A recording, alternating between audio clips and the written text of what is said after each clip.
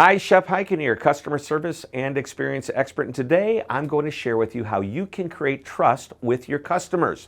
Now, there's a trust gap between customers and the companies and brands they do business with. The two questions to ask that will define this gap are, number one, do you think your customers trust you? Now, this is opinion. And number two, do your customers actually trust you? And that's fact.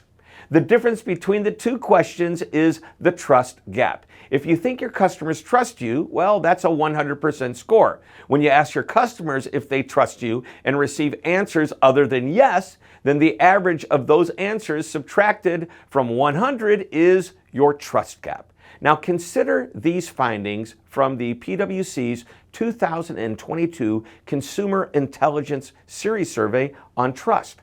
87% of executives think customers highly trust their companies, but only about 30% of customers actually do.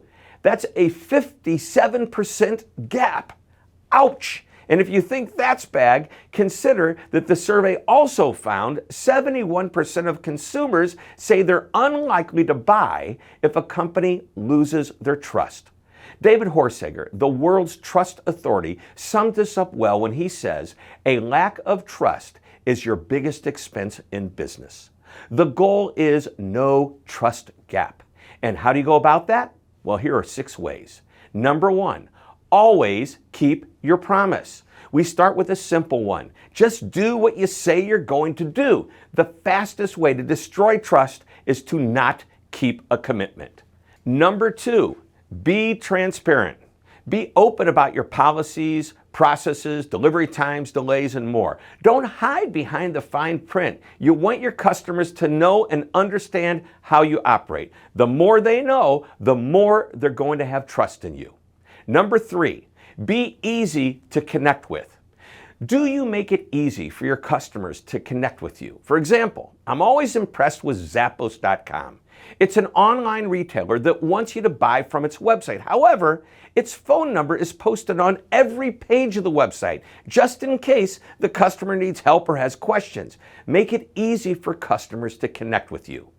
Number 4, protect your customers' information. Data protection has been a hot topic for several years.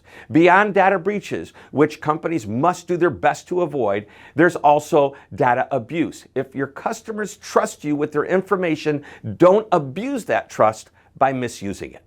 Number 5, be consistent.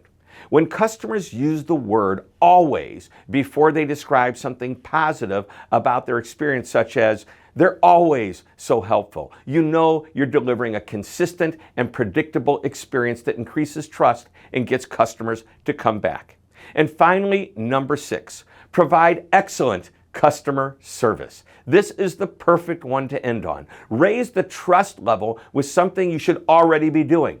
Our customer experience research found that 84% of customers trust a company or brand more if it provides excellent customer service. When customers like the experience you provide, they trust you more. Now, in my effort to always give my clients more than they expect, here's a bonus.